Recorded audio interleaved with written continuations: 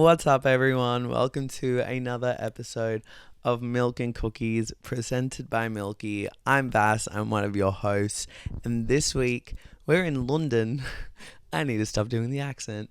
We're in London and we are joined by one of my favorite British artists, Ben Kidson. Earlier this year, he released his debut EP, somewhere between Asleep and Awake, full of bangers, and followed it up with his latest single, Life's Relentless. We're going to chat all about those releases, his journey, and how he ended up here. I can't remember anything. I'm a sieve. I'm a sieve. Such a funny way to insult I'm also blind. It's becoming so apparent as I get older as well. I mean, I'm not that old. I'm nearly 30. Oh, yeah, like six. You know what? Actually, about 2 months ago, I was like, yeah, I feel great about it. But now she keeps making your old jokes. And now I'm like, well, what's going on? Yeah, it happens. You know, like, I feel like I was a good place in, like, halfway between increasingly aware of my mortality and halfway between, like, I'm indestructible. So, which I think is, like, a pretty good place to be around your 30s. Plus, everyone keeps telling me your 30s are the best of your life. Yeah. How old are you? 31. There we go. Yeah. I had don't listen to me because I had a complete fucking breakdown when I turned 30. Okay. I was like, what am I doing? I'm gonna die. And then I was like, I'm gonna do something else. And then, like, I applied for law school. Like, it was fucking crazy. Yeah. Did you get in?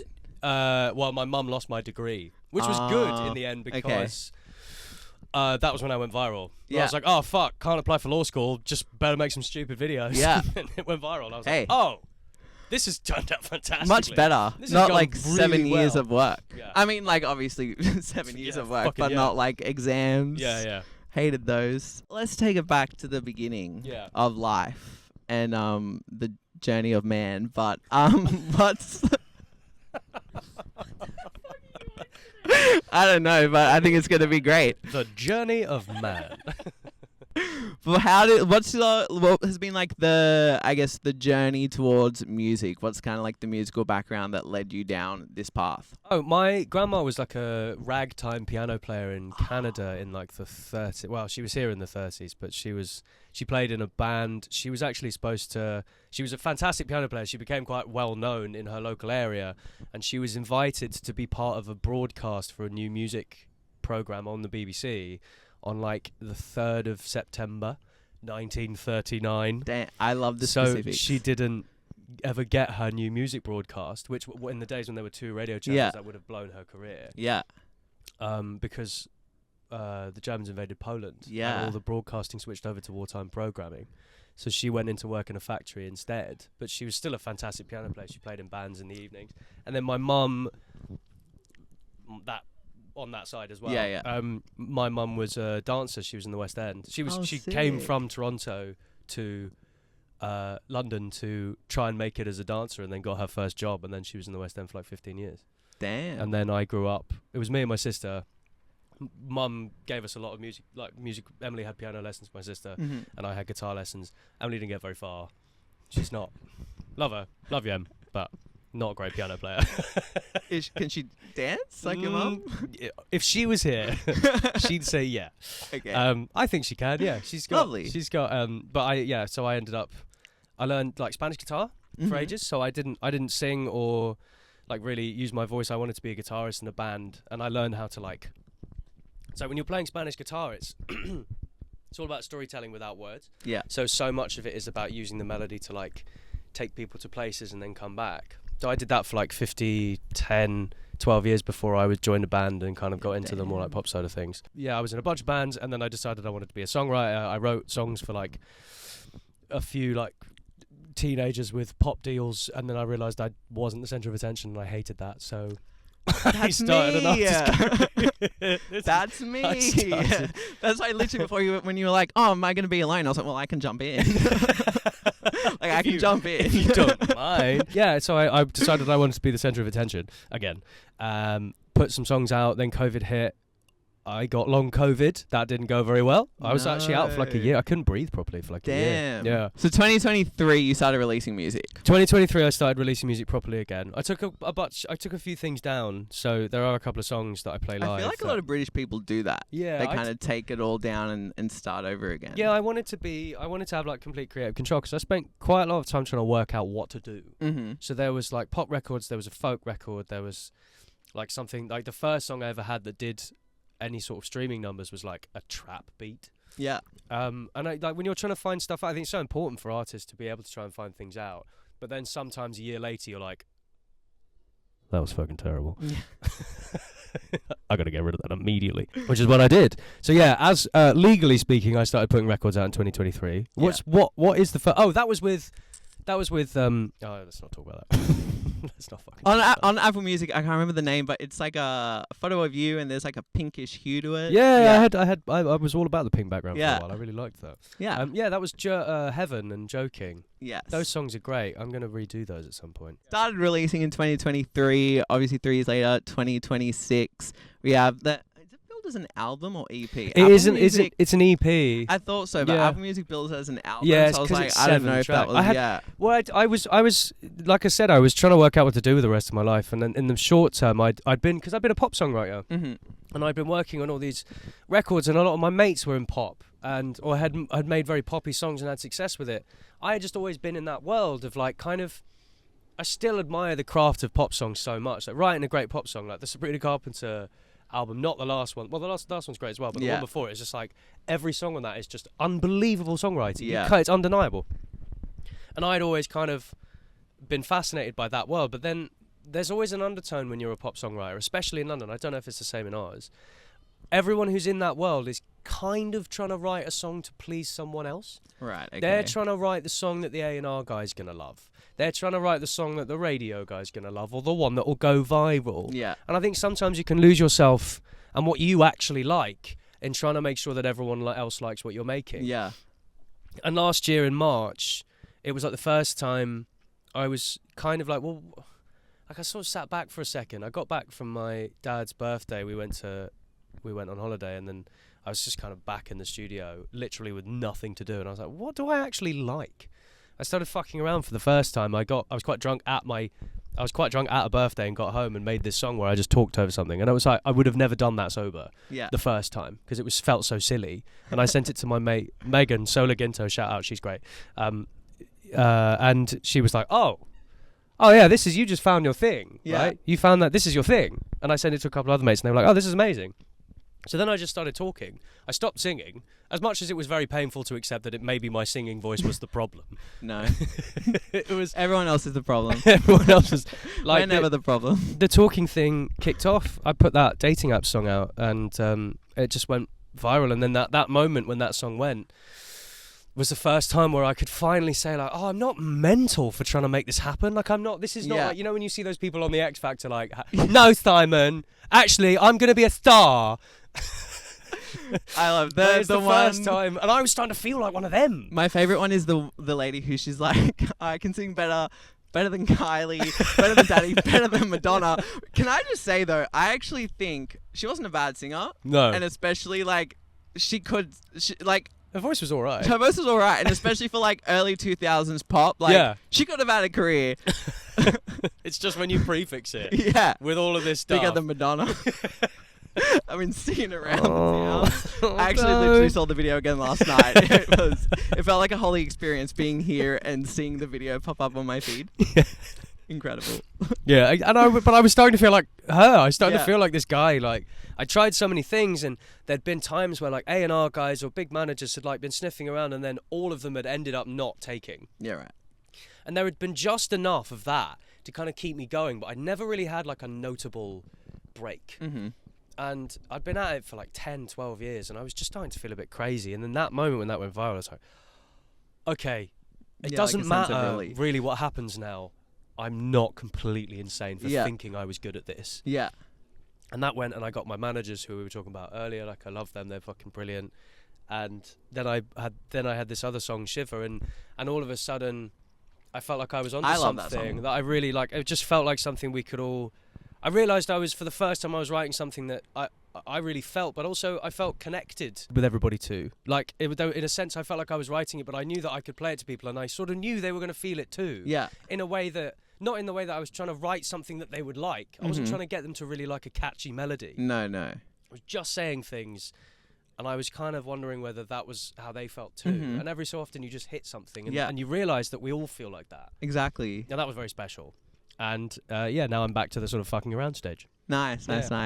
So when it comes to like that EP, and I guess like the thematic side, I mean, you touched on it there, how it is just quite these like, and I think it's good in that like it's relatable moments, like things that people can relate to, but not necessarily like, I feel like there's stuff where like you'll hear a line in the EP and you're like, okay, that didn't exactly happen to me, but something similar happened to me, and you're just kind of like, so I'm making this connection, not like 100% connection, but I feel as fucked up as that as well. So basically, can you kind of like walk us through the EP and kind of like what it's about? One of the things I wanted to do, apart from, obviously it's called Somewhere Between Asleep and Awake. Incredible. We were talking earlier about the fact that I don't really sleep. I'm not a great sleeper. I have real issues with sleep, and I spend a lot of time. You need these sleep gummies. Melatonin I'm worried about melatonin though, because it's just like, it makes you sleep really well, but then you can't sleep without it. Or, some people you are pretty dependent. You need the gummies. See, that used to be like me with smoking. I could like chain smoke and then not smoke for like 6 months, and now my life depends on it. It's pretty bad. I'm doing just that. You need to sleep, I need to smoke. I've just got out of that. That is a good feeling. I miss it every day. My thing has been like, I'm gonna quit when I like turn 30. So I'm like 5 months off it. Yeah. Did it hit for 30 I stopped for a bit, and then because everyone's like, oh, I'm gonna be so old when I'm 30. If I don't quit, I'm gonna die. And then you get to 30 and you're like, yeah. I could carry on. Yeah, exactly. Exactly. But yes, back to the themes. So I guess, and part of that is like, I think so much of what this EP was about like not doing all of those things that I had kind of had instilled in me from 10 years of trying to write pop and working in the pop world. So like a lot of it is just those emotions that like pop singers who want to be really pristine won't really talk about. So like being a bit bitter about your ex's new partner, being a bit of a dick about it, right? Even Shiver, like feeling unbelievably awkward and like not being able to talk to somebody, and like feeling genuinely insecure about whether they like you back or something. You know, a lot of it, dating apps is the sort of the same. Back on the apps, it's called, like kind of, well, I'm going to go on dating apps, but I'm not really looking for anyone, I'm just trying to find you again. Like all these kind of niche emotions that are like kind of unpleasant. Like you don't always want to admit that you feel that. No, you never want to admit that. Touch those with me in the bathroom. It was like, oh God, stop doing that. Yeah. I don't know how much of a mum, don't watch this. I don't, like how many times do I want to like end up in a bathroom stall with somebody on like a fucking Thursday and be out till 8 a.m. Like all of this stuff that's just it's not good for you. That was what I wanted, and I'm still trying to find these like emotions I feel like everyone has that we don't talk about because they're not like beautiful, right? I know so many people who are like, oh, you broke up with me and I'm so beautifully broken. And I'm not beautifully broken. I'm fucking pissed off. Yeah. Exactly. No, I feel that. Not going to divulge, but I feel that. No, do. Come on, we're on camera. Tell the camera. What happened? Come on. No, I generally only need like a few drinks. I'm like, blah. You want to know my trauma? Jamie Lee Curtis's trauma. I love that video of her, like just this 27,000 ways she said trauma on that. I haven't seen that. Can you send me that? Yeah, I will. And she's just like the trauma. The trauma and trauma. Like, oh, I don't love Americans, but sometimes a lighter. The mashup. I like some of the mashup videos when people catch celebrities out, like the mashup of Matty Healy using juxtaposition in the wrong context. Dude, he just had a 1975 tribute band perform at his stag do. It was a Matty Healy themed bachelor party. Yeah. That's something you would do. I'd probably do that. But yeah, back to you. Yeah, yeah. The center of attention. Lovely. And so when it came to like making the like soundscapes of the EP, how did you go about kind of like crafting the sonic palette to fit within the world? I was messing around a lot with, I suppose it was indie rock sounds at the time, but I was also doing it on a super limited budget. So I was taking a lot of drum loops from a website called Splice, and then I was kind of writing guitar lines over the top and just improvising lyrics after that. I mean, it was always kind of alternative themed, because I was listening to a lot of like The Strokes and like Dope Lemon. You ever listen to Dope Lemon? Love Dope Lemon. Yeah. Love that. Love Did a that great interview guy with him so last much. year. He's so good. Oh, really? Is he nice? Yeah, he's so That's lovely. extremely He's important. So just like, I just feel like in touch with the world. Like he's just so wise. Oh, nice, nice. It was like the whole project was massively influenced by him as well. Yeah, sick. And I wanted to, like a lot of people, I wanted to write these kind of, I use a lot of like, it's called open string stuff, because I was just listening to a lot of that. And also my TikTok realized I really liked open string riffs. So for ages I would open my TikTok and it would just be someone playing this like unbelievably complicated riff. Yeah. And I'm a simple man, so I just took that and made it less complicated / interesting, and then put vocals over the top. But I kind of wanted to capture like that spirit of like early noughties, late 90s stuff. I like, you know, like that kind of feeling I guess everybody has, especially with Shiver, like that kind of feeling of like, you know, when you're like 17 and it's summer holidays and like you're kind of meeting people for the first time and you're probably in a park a lot like this after dark. So much of it was trying to kind of make it feel a bit like that, those kind of reverby big moments. I don't know, it's really difficult to explain, but like those choruses in like Back on the Apps and Shiver and a couple of the other tracks as well, they were that was just what it sounded like. When I think of it now, like that's what it felt like. Just kind of punk influenced as well. And then as we got further in, I kind of got more into like with Plastic, which Justice for Plastic, by the way, that song is great and nobody listened to it and it needs shouting out. That song is really good and it's so good live as well. We'll use it on Instagram. Thank you. Video. That song as well was just like the kind of super basic minimalist production. I think everyone I'd worked with, again, and I suppose in the pop sphere, everyone I'd worked with was always trying to add like 100 different synth lines or like, you know, loads of reverb, loads of delay. And I just think the best songs, when you listen to them, my favourite ones are usually super simple and it's actually just the song that carries it. And the more stuff you have to add to tracks, I think the more it's probably a sign that your song isn't very good. So I was trying my best to put as little as possible in. And that was kind of how I made the record. That was really rambling. Do you want me to say that in a more precise way? No, that was wonderful. I told you, I'm a rambler. I just don't also think before I speak, in case that hasn't been evident. We go from the EP to Life's Relentless. Yep. So would you so like this is what really interests me when people kind of like put out a, I guess, body of work and then like something else like fairly soon after. Do you see that song as like an add-on to like the world of that EP, or is it kind of like a bridge between now and what's next, or this kind of like standalone vibe? That's definitely a standalone single. I think that song just comes out of a love for the band Good Health, Good Wealth, who feature on the track as well. I met those guys really early on because my producer, shout out Cashy Bear / Tim, introduced me to them, and they were kind of, I hadn't heard anything like it before when I was doing it, but then quite quickly people came to me, they're like, oh, you sound like this, and one of the names that kept coming up was Good Health, Good Wealth, and they reached out to Tim, or Tim reached out to them to have a session, and he put us in touch, and I met Bruce, who's the lead singer, first, and it was sort of like, you know when you meet someone and you're like, oh, we're gonna be mates. Do you know what I mean? We just got on straight away, and then they ended up taking me on tour with them for 2 tours, and it just came out of like, so I've got such a love for their music. And I felt like we feel like we're quite similar in the way that we do things. I'm maybe a bit more like a pop girly compared to like their like gruff Cockney vibes. We very much sit in the same sphere. We just put that track together and it felt so good, and we played it to so many people who really resonated with it, and then we played it live on the tours. We were like, we've got to put that out. We've just got to let people know. And again, it's the same thing. It's so real. It's like about the times I was working in bars, turning up hungover. What a time to be alive. What a time to be alive. And it felt like it actually felt like an afterthought to the EP. It felt like there was the EP there with all these funny little songs about silly little feelings, and then there was Life's Relentless, which is sort of like, oh, by the way, I do have friends. That's incredible. We all need friends. Is there a particular like line, lyric, or musical motif from that song that like stands out to you the most, like gets stuck in your head the most? Yeah. There's a line that Bruce wrote that I speak at the end of my verse. You know, what does it say? It's you choose a life, you choose a dream, you live at home, work in a bar, and you make songs in your spare time. Those two obviously spoke to me massively. And then right at the end of my verse, the line is, every day is the starting block of a new race.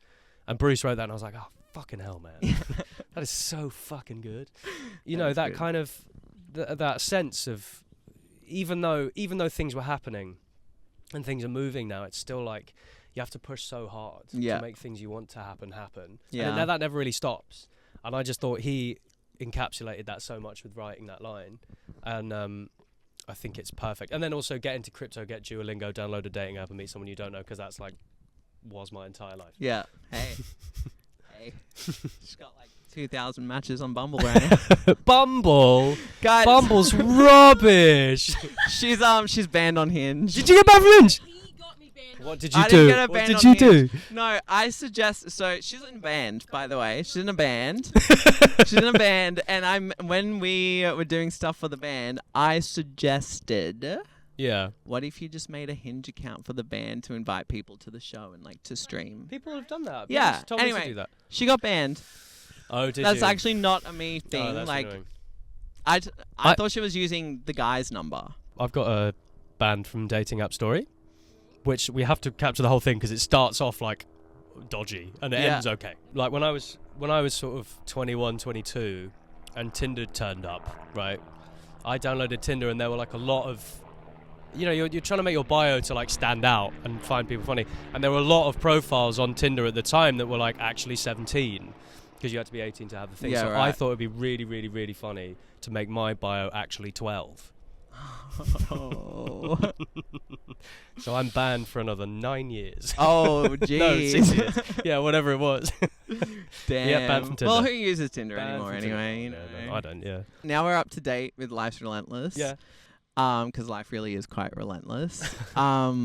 Where do you go from here? What's kind of, I guess, let's say the next 12 months, because there's a chance we'll be back here in 12 months and can pick up where we left off. Yeah. I've just finished. I've sold out my headline show in London at the 100 Club, and that was in the middle of June, and that was the end of a year of like just over the horizon was like the biggest thing I've ever done. Mm-hmm. Constantly from first headline shows that was sold out to like my first tour with Hobo Johnson, shout out Hobo Johnson, to coming back and going on tour with Will Linley, shout out Will Linley, and Good Health, Good Wealth, shout out Good Health, Good Wealth, and then playing guitar for a couple of other acts and then doing, you know, whatever. And then in February I went on tour with the Beaches and opened for them, and that was like obviously massive venues, like the size I never thought. I was starting to believe I was never going to play. It's such nice people as well. Also, just my niche fact about them is they did this incredible cover of a Lindsay Lohan song for Freaky Friday. And it's my niche fact, and because I know they're Australian publicists, and I was like, can you get this on the set list? Like, I need this in my life. I love them so much. They're wicked. Yeah, and then the final one of those big events was the headline show, and now I've got time off, so I've been writing. I finished a new track recently. We played it at the show, actually, which is called I Don't Want to Be Friends. Another one of those kind of, you realise you've accidentally made a friend instead of someone else. Do you know what I mean? And I'm working on one at the moment, which is kind of about, which I really love. I don't know if it's going to come out because it's so silly. I'll play it to you after if you want to hear it. Please. But it's like that moment when you run into your ex and you're like, you know, you like try way too hard to be like, I am great. Yeah. I am so good. Like, you look terrible. And I look great.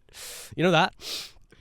Which I'm working on at the moment. And yeah, so it's a slightly more angular and a bit weirder, the new stuff. Okay, yeah. Same talking vibe, but kind of the influence is coming a bit more from slightly weirder places. I back it. Yeah, and I actually can't wait to get that all out. And then I'm off on tour again in October, opening for a bunch of things I can't talk about yet. Fun. Yeah. Is it Lindsay Lohan? I fucking wish. What does like your live show look like? Obviously, we've just missed it. We're not going to be here in October, unfortunately. That's all right. Unless you want to pay our rent. Chat a lot of shit. You know, a lot of like jokes and bits. I back that. And like just being quite real. But we I've got a great drummer, great bass player. when the show's full like that. Sometimes it's just me and the drummer talking a lot of shit, doing a lot of silly bits, a few guitar solos, and a cover of Natalie Imbruglia's Torn. Nice. Gotta be done. Gotta be done. Aussie. Yeah. Aussie. Yeah, she is. Well, she lives here now, though. She has a British Does accent she? now, yeah. Does she? Yeah. I don't think I knew that. She's in that movie with Mr. Bean. Johnny English. Has anyone ever seen that movie? Oh, yeah. I just realised that's Natalie Imbruglia. Yeah. So, like... Fuck, I never even realised. Yeah, I think she is. I think they made sequels to that. Never watched them, but that first one was good. Yeah, it was like a good little like. The sequel was worth watching, but that, Okay, the first one was good times. Good shit. Well, thanks so much for joining us. Thanks so much for having me. Really, it's so been such a pleasure. I love a ramble, and I enjoy that you love a ramble. Love a ramble. And come to Australia. I will. Like, make it. You should open for Hilary Duff. I would love. Yeah, I would love that. And then you can actually get me a ticket to it because it's pretty hard to get a ticket to. Oh, I see it's loaded. No, like, genuinely, it was easier to get, like, Harry Styles tickets than it was Hilary Duff tickets. Really? There was, like, 250,000 people in the line for Hilary Duff tickets. That's more than Oasis. Yeah, right? That's crazy. She's having a crazy run. I didn't even know she was back. Yeah.